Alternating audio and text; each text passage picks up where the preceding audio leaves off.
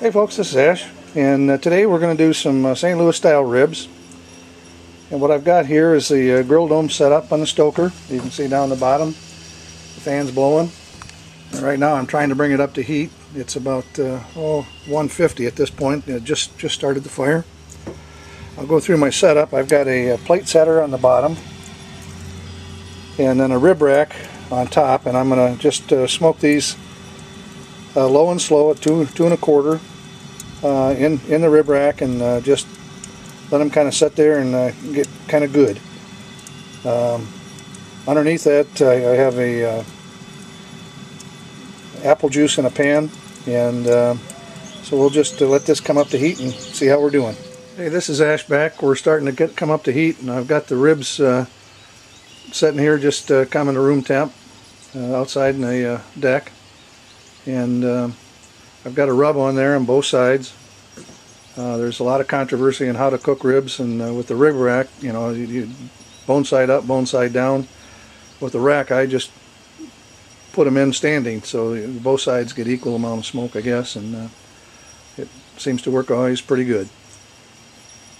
After I put them on, I'll give you a shot of that, and then we'll take a shot at about 3 hours, and then we're going to foil them. This is Ash back. I just have the ribs on, and you can see them in the rib rack. That's the way I like to do them, and so these ought to be pretty doggone good, I think. Looks like I need to square that drip pan up a little bit, and we're all set to go at that point.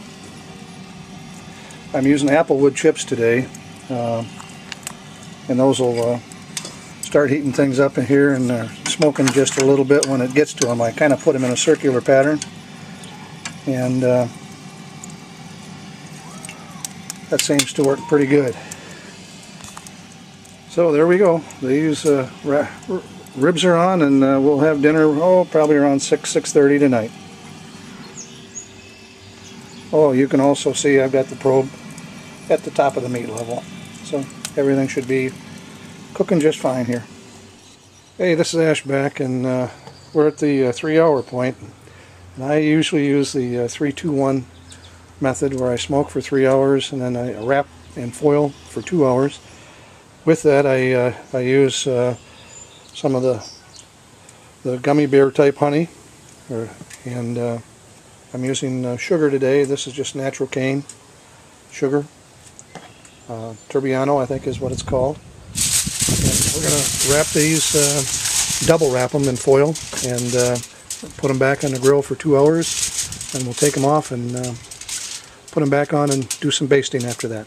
There they are back. They're back on the grill, and I put the DD in the up position, and what I'm going to do is roast some corn on top of that for a little while in the second part of the cook, but I'll just leave that on there for now.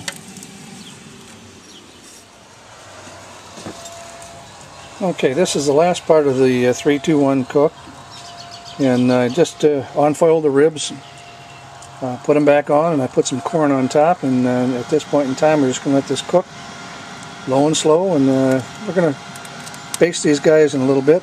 So I think I'm going to use some out of the can, and let's see what I've got in the cupboard. I'll check with you later.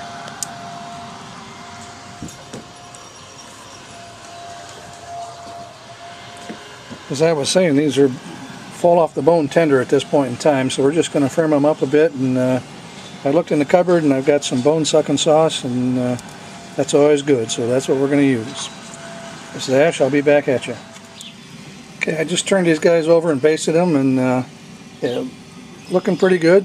I might have to juice that corn a bit here at the end to get a little bit more done, but everything's looking just fine.